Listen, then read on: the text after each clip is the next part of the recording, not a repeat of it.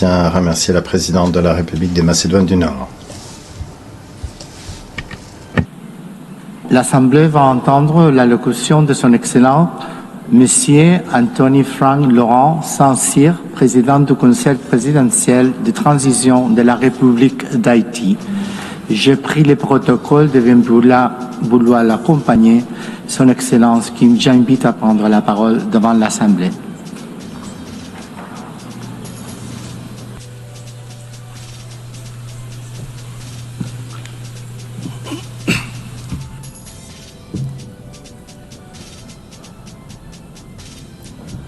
Madame la Présidente de l'Assemblée générale, Monsieur le Secrétaire général, Excellences, Mesdames, Messieurs les chefs d'État et de gouvernement, Mesdames, Messieurs les chefs de délégation, distingués délégués, c'est avec gravité et beaucoup d'espoir que je porte la voix d'Haïti et les salutations d'un peuple digne et résilient qui, malgré les épreuves, revendique pour lui-même et pour l'humanité entière trois promesses universelles: le développement, le respect de la dignité humaine et la paix.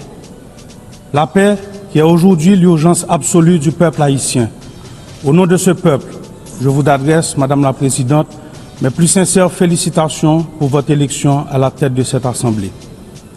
J'exprime également ma gratitude au secrétaire général Antonio Guterres pour son engagement indéfectible en faveur de notre organisation et son soutien constant et multiforme à la République d'Haïti.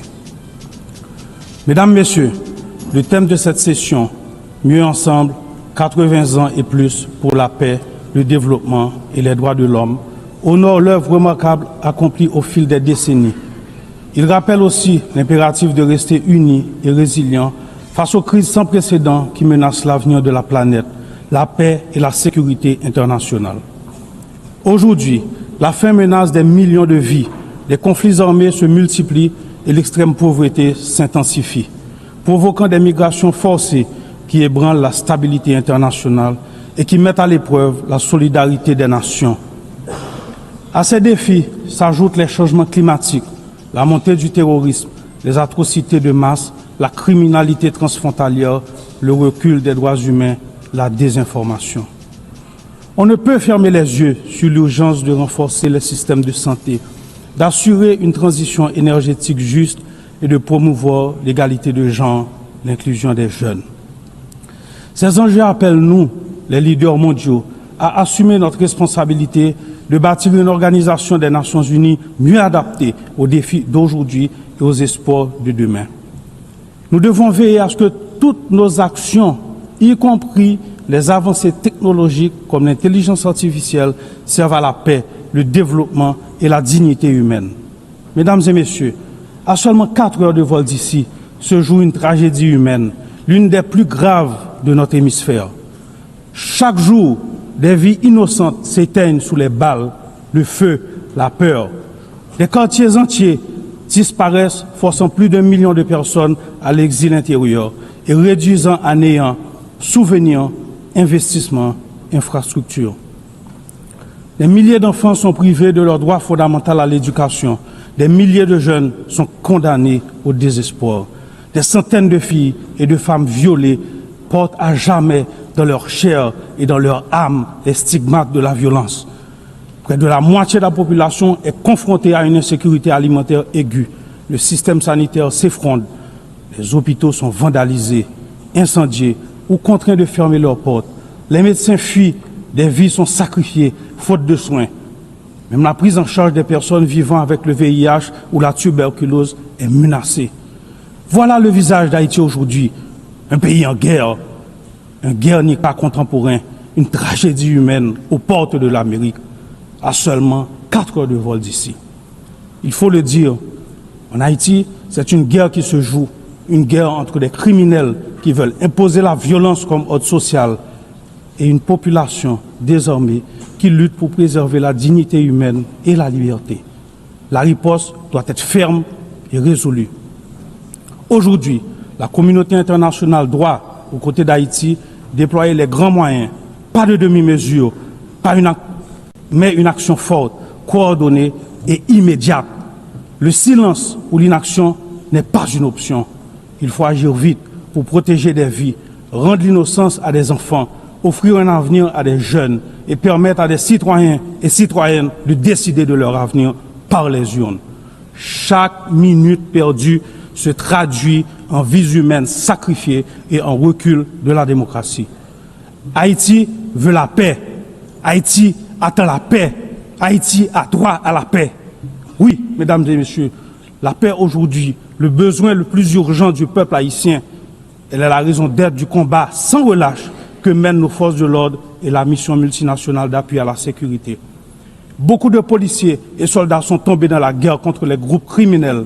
Hommage à ces héros haïtiens et kenyans qui ont payé de leur vie, leur engagement pour le rétablissement de la paix et de la sécurité en Haïti. Aujourd'hui, des 2500 initialement requis et promis, il y a sur le terrain seulement 1 millier de membres de la mission multinationale. Leur bravoure, conjuguée à nos propres efforts, n'a pas réussi à contenir la crise sécuritaire. Pourtant, nous avons augmenté de 40% le budget des forces de l'ordre, recruté de nouvelles promotions, renforcé nos effectifs, acquis du matériel et des équipements. Nous devons nous rendre à l'évidence. Haïti se trouve à l'épicentre d'une menace régionale inédite. Des réseaux criminels puissants et lourdement armés cherchent à déstabiliser le pays et à dominer les économies de notre espace commun. La nouvelle ligne de front de ce combat se trouve chez nous, en Haïti. Si nous échouons les affronter sur notre sol, il sera illusoire de les contenir ailleurs dans la région. C'est pourquoi nous devons afficher la même détermination, la même fermeté et la même unité que celle dont nous avons fait preuve dans la lutte contre le terrorisme. Haïti ne peut et ne pourra relever seul un tel défi. Aujourd'hui, il est impératif de mobiliser une force robuste disposant de mandats clairs et de moyens matériels, logistiques et financiers adéquats. En cette matière, les leçons de l'expérience de la MMAS et les recommandations des experts haïtiens doivent être mises à profit. Nous avons également besoin d'une coopération internationale renforcée, fondée sur le partage de renseignements et de contrôles douaniers rigoureux afin de stopper le flux d'armes, de munitions, de drogue et de financement vers les gangs. La paix ne pourrait être restaurée que si nos partenaires de la région veillent par des mesures concrètes à ce que leur territoire ne serve plus de point de départ ou de transit à ces trafics. Les approches qui n'ont pas porté de fruits hier ne sauveront pas Haïti aujourd'hui. Il est impératif d'écouter la voix du peuple haïtien, d'oser des solutions nouvelles, fortes et adaptées aux réalités du terrain. En ce sens, nous souscrivons pleinement aux efforts engagés pour transformer la mission multinationale d'appui à la sécurité.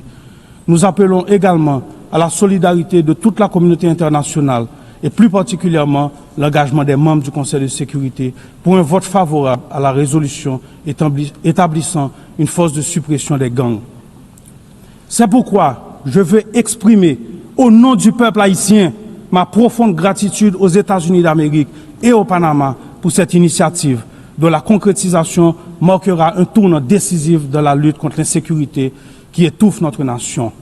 J'adresse également mes remerciements à l'administration du président Trump pour les efforts déployés afin d'apporter soutien et ressources dans notre lutte commune contre les gangs, ces ennemis qui menacent à la fois Haïti et toute la région. Aujourd'hui, la complexité de la crise haïtienne ne doit pas servir de prétexte à des plaidoyers sans fin, à des négociations interminables ou à des blocages dictés par des considérations géopolitiques. Chaque jour, des décisions profitent aux groupes criminels. L'urgence commande d'être proactif, de s'élever au-dessus des divisions pour agir ensemble, au service des valeurs qui nous rassemblent, la paix et la dignité humaine. Haïti accueillera avec intérêt l'organisation d'une rencontre de haut niveau afin d'aplanir les obstacles et d'avancer concrètement. À cet effet, nous saluons les pays de la région qui ne cessent de nous apporter leurs inestimables soutiens, notamment à travers des déclarations au sein de diverses organisations régionales telles que l'OEA et la CARICOM. Nous apprécions à leur juste valeur leur démarche auprès des partenaires du Conseil de sécurité pour une réelle solution à la crise sécuritaire en Haïti. Nous rendons également hommage à tous les États qui, lors des crises passées, se sont tenus à nos côtés et exprimons l'espoir de pouvoir compter à nouveau sur leur engagement. Ensemble, nous pouvons et nous devons résoudre cette crise qui a trop duré. 12 millions d'hommes, de femmes et d'enfants attendent cet engagement. Mesdames, Messieurs, le Conseil présidentiel de transition est né d'un consensus politique issu d'intenses négociations entre les forces vives de la nation. Ce Conseil, dont la mise en place a été appuyée par d'importants partenaires internationaux et facilité par les éminentes personnalités de la CARICOM, dispose d'un agenda clair, au cœur duquel figure l'organisation d'élections libres et crédibles. Je répète, d'élections libres et crédibles. En dépit des multiples défis liés à la crise sécuritaire, le processus électoral pour lequel le CPT et le gouvernement font preuve d'une volonté politique réelle connaît des avancées significatives. Le Conseil électoral provisoire a déjà identifié plus de 85% des centres de vote, mobilisé plus de 70% du personnel électoral et un financement national de 65 millions de dollars est garanti. Le Conseil présidentiel de transition collabore étroitement avec la mission multinationale d'appui à la sécurité, l'OEA, la CARICOM et le BINU pour préparer des élections libres, transparentes et inclusives, reflétant la volonté souveraine du peuple haïtien et garantissant la participation pleine et effective des femmes, des jeunes, des personnes en situation de handicap et des groupes marginalisés.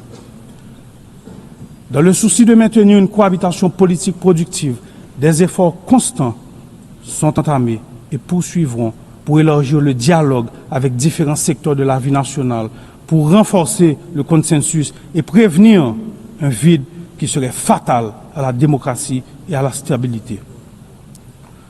Le peuple haïtien doit pouvoir choisir ses dirigeants. L'État veut organiser des élections crédibles. Notre plus grand obstacle demeure le rétablissement de la sécurité.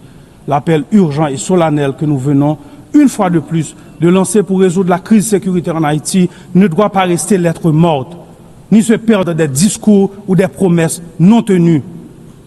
En Haïti, la paix ne peut plus attendre. Mesdames et messieurs, la période transitoire ne permet pas d'engager toutes les grandes réformes structurelles dont le pays a besoin, mais la crise humanitaire actuelle doit être adressée. À ce jour, l'État haïtien a fourni 72% de l'aide d'urgence destinée aux personnes déplacées internes et accompagne la relocalisation des familles. Nous exprimons notre profonde gratitude aux partenaires internationaux mobilisés à nos côtés de la réponse humanitaire et accueillons avec un vif intérêt les initiatives porteuses de ceux qui, comme l'Association des États de la Caraïbe, choisissent de rejoindre cet élan. Mais notre stratégie ne se limite pas seulement à l'assistance immédiate. Nous devons impérativement passer de l'aide à l'investissement. En ce sens, la volonté du gouvernement est d'initier le développement de deux grands pôles économiques, le Grand Nord et le Grand Sud, autour de filières stratégiques telles que l'agro-industrie, le textile, l'énergie renouvelable, le tourisme et les services. Haïti entend continuer à compter sur ses partenaires clés pour traverser cette période difficile et relancer son économie. Nous appelons à leur soutien à travers la mise en place de mécanismes concrets tels que le renouvellement de la loi Hope Help ou le lancement de projets de rénovation urbaine qui permettront de créer des emplois, de sortir durablement de l'impasse humanitaire et de réduire les pressions migratoires haïtiennes dans la région. Mesdames et messieurs, 2025 marque le bicentenaire de l'ordonnance imposant à Haïti le paiement d'une rançon pour la reconnaissance de son indépendance.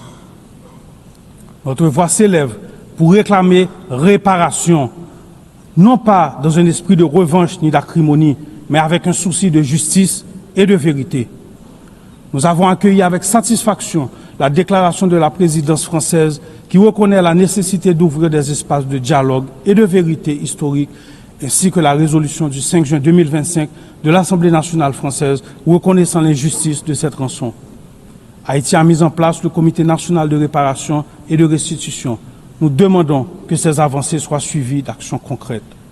La France, patrie des droits de l'homme, a aujourd'hui l'opportunité d'écrire une nouvelle page de son histoire avec Haïti en honorant les idéaux de liberté, d'égalité et de fraternité qui nous unissent.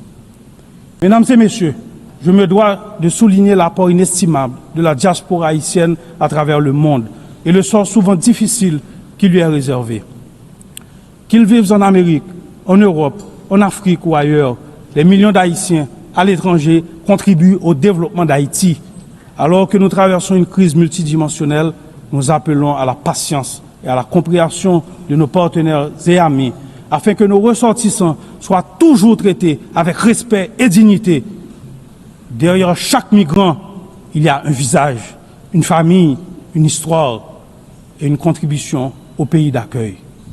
Haïti réaffirme son attachement au dialogue et à la coopération bilatérale dans l'esprit du bon voisinage et du respect mutuel, afin d'identifier des solutions équilibrées et durables aux problèmes de l'île. La circulation sûre et régulière des biens et des personnes, notamment par voie aérienne, est essentielle à un avenir partagé et à une prospérité commune. Mesdames et messieurs, l'Haïti de demain mérite la paix et la prospérité, un avenir fondé sur un système judiciaire indépendant, une éducation universelle, des soins de santé accessibles à tous et une économie qui offre à chacun les mêmes chances de réussir. Cet avenir exige réforme courageuse, justice indépendante et fin de l'impunité. Nous avons le 16 avril 2025 promulgué un décret instituant 2 pôles judiciaires spécialisés. Un pour la répression des crimes et délits financiers complexes et l'autre pour la répression des crimes de masse et des violences sexuelles. Nous avançons sur leur effectivité. Nous sommes prêts à continuer sur cette voie. Ce n'est pas le moment d'éprouver ce sentiment de Haiti fatigue. La communauté internationale n'a pas le droit de détourner le regard de la situation d'Haïti. Face à l'ampleur de cette crise, le silence ne serait pas neutralité, il serait complicité. Mesdames et messieurs, permettez-moi de rendre hommage au peuple haïtien. Le représenter ici est le plus grand honneur de ma vie. Au-delà de fonction de président du Conseil présidentiel de transition d'Haïti, je suis un citoyen haïtien authentique, engagé et profondément attaché à cette terre. Une terre de liberté et de dignité, de courage et de talent. Haïti n'est pas une nation de résignés. Nous sommes un grand peuple, un peuple solidaire, des femmes et des hommes qui se sont sacrifiés pour leur patrie et pour l'humanité. Haïti n'est pas un territoire livré aux criminels armés, mais une nation debout, composée de familles dignes et résilientes, qui chaque jour, malgré les pires épreuves, luttent pour un avenir meilleur. Je rends hommage à mes compatriotes, qui sont sans conteste parmi les peuples les plus résilients de la terre. Ils méritent mieux. Leur redonner espoir est ma seule mission. C'est pourquoi, en ce moment, je vous appelle à vous tenir aux côtés d'Haïti. Nous devons bâtir la paix en Haïti, pour la Caraïbe, pour les Amériques, pour l'humanité entière. Je vous remercie.